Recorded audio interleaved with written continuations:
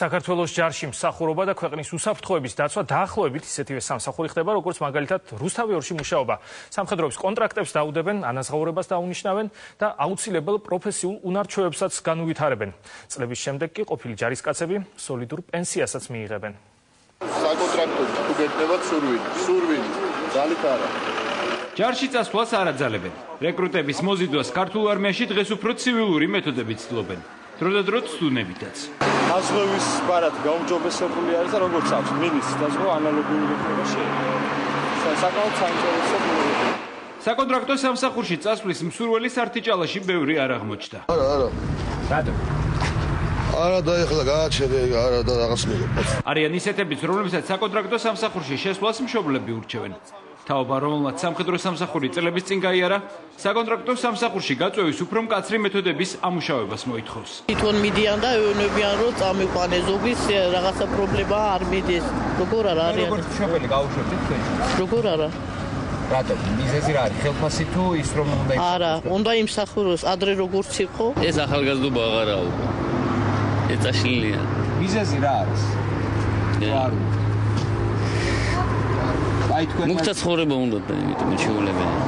თავად სამხედროები ახალგაზრდების მხრიდან ინტერესის ნაკლებობას სხვადასხვა მიზეზებით ხსნიან. შეიძლება იყოს რაღაც მოსახლეობაში არსებული გარკვეული დეზინფორმაცია, არსებობენ მოსახლეობაში წარმომადგენლები, რომლებსაც წარსულში რაღაც გარკვეული შეხება ჰქონდათ შეიარაღებულ ძალებთან და რაღაც იყო შემთხვევები, როდესაც არასამართლიანურად მოექცნენ მათ, არასამართლიანად ესე რომ ვთქვა და შეიძლება აქედან გამომდინარე, მაგრამ დღესდღეობით ესეთი შემთხვევები უკვე საკმაოდ მინიმუმამდეა დაყვანილი და ჩვენ მაქსიმალურად ვცდილობთ მათ აუხსნათ, რამდენად რეალურია დღესდღეობით შეიარაღებულ ძალებში მსახური და რამდენად იზრდება პირობებიც წარსულთან შედარებით. გაერთიანებულ შტაბში საკონტრაქტო სამსახურში მიღებისთვის PR კამპანიას გამართლებულად თვლიან, თუმცა ამბობენ, რომ არმიას უფრო ის ახალგაზრდები სჭირდება, რომელსაც რეკრუტების რეკლამა საერთოდ არ უნახავს. გაერთიანებული შტაბის უფროსის მოადგილე საუბრობს პროფესიული ჯარის აუცილებლობაზეც, რომელზეც თავდაცვის უწყება მთლიანად 2016 წლისთვის გადავა. PR კამპანიის თუ რეკლამების დაწყებამდე მხოლოდ წელს 650 რეკრუტი ყავს უკვე მიღებული. ამის გარდა შემოსული არის დაახლოებით 2000 განაცხადი იმ კაპრალ სერჟანტზე, რომელსაც უნდა დაბრუნება შეიარაღებულ ძალებში. რა თქმა უნდა, კომისიურ წესით ხდება მათი შემოწმება, გადამოწმება, შეფასება და ასე შემდეგ. და დაახლოებით 400-მდე მიღებულია უკან დავაბრუნოთ ისინი სხვა თანამდებობებზე.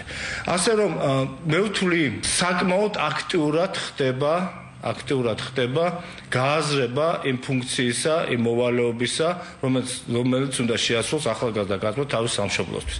მთლიანად საკონტრაქტო ჯარზე გადასვლას მაშინ, როდესაც ქვეყანას რეზერვის სამსახური ჩამოყალიბებული არ აქვს, ნაჩქარევად მიიჩნევენ სამხედრო ანალიტიკოსები. ჟურნალ ორქიფანიძე თვლის, რომ თავდაცვის უწყებამ კონკრეტული ხედვა უნდა წარმოადგინოს პროფესიულ არმიასთან დაკავშირებით. ეს გააჩნია როგორი რეზერვის სისტემა გვექნება, ხო?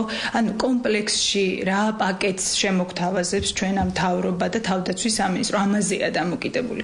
თუ ეს კომპლექტი და ერთიანობაშია სხვადასხვა სერვისისგან შემდგარი პაკეტი არ არის დამაკმაყოფილებელი, სუსტია რეზერვის სისტემა, მაშინ თავისთავად არა აქვს მნიშვნელობა, ხო?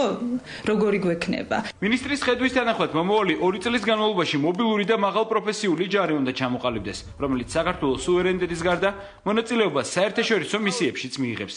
შეძლებს თუ არა 35,000-იანი პროფესიული არმიით თავდაცვის უწყება ქვეყნის დაცვას და პარალელურად ნატოს ოპერაციებში მონაწილეობას სამხედრო ექსპერტების უმრავლესობაში ეჭვს ბადებს.